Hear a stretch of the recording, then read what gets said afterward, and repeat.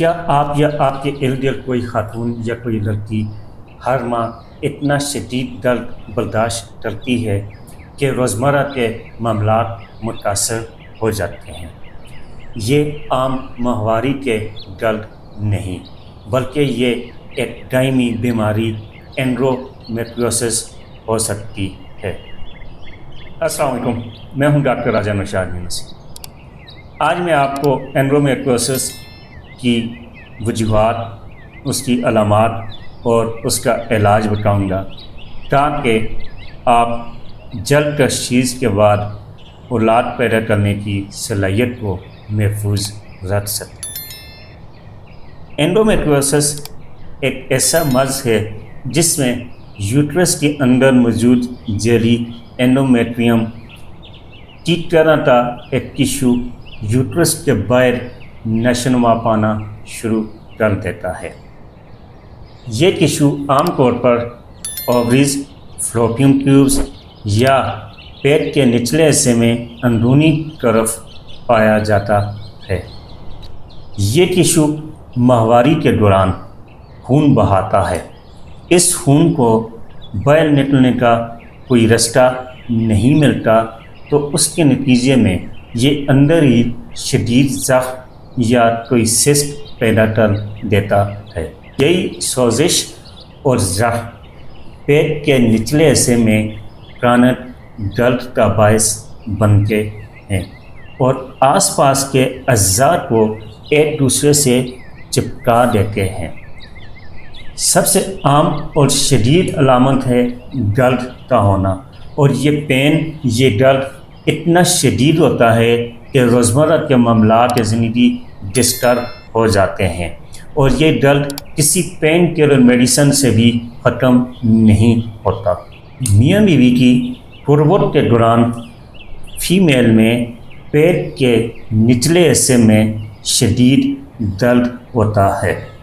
Periods کے دوران یا بہانا یا یورین پاس کرتے وقت بھی شدید درد ہوتا ہے۔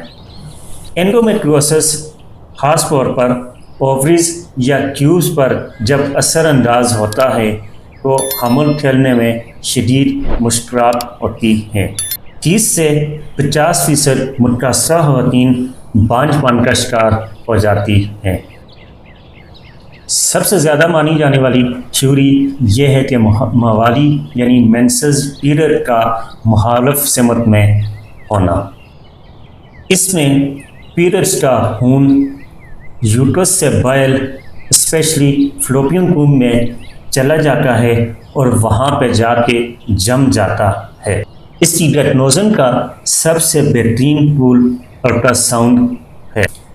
علاج میں پیریڈز کے دوران عام طور پر نارمل پین کلر میڈیسن استعمال کی جاتی ہیں۔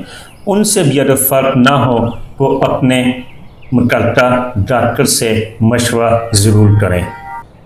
ہارمونل تھراپی کا مقصد پیریڈز کے عمل کو روکنا یا سست کرنا ہوتا ہے، جس کے نتیجے میں یوٹرس کے باہر بننے والی جیلی کو بلڈ نہیں ملتا اور اس کی نشو و نما میں کمی آتی ہے۔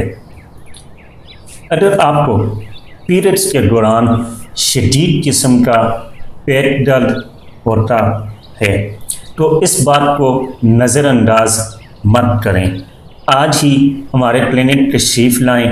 ہم آپ کی مکمل علامات کا جائزہ لے کر آپ کی پراپر تشخیص کرنے کے بعد آپ کے لیے بغیر سائیڈ افیکٹ طریقہ علاج ہومیوپیتھی طریقہ علاج شروع کریں گے۔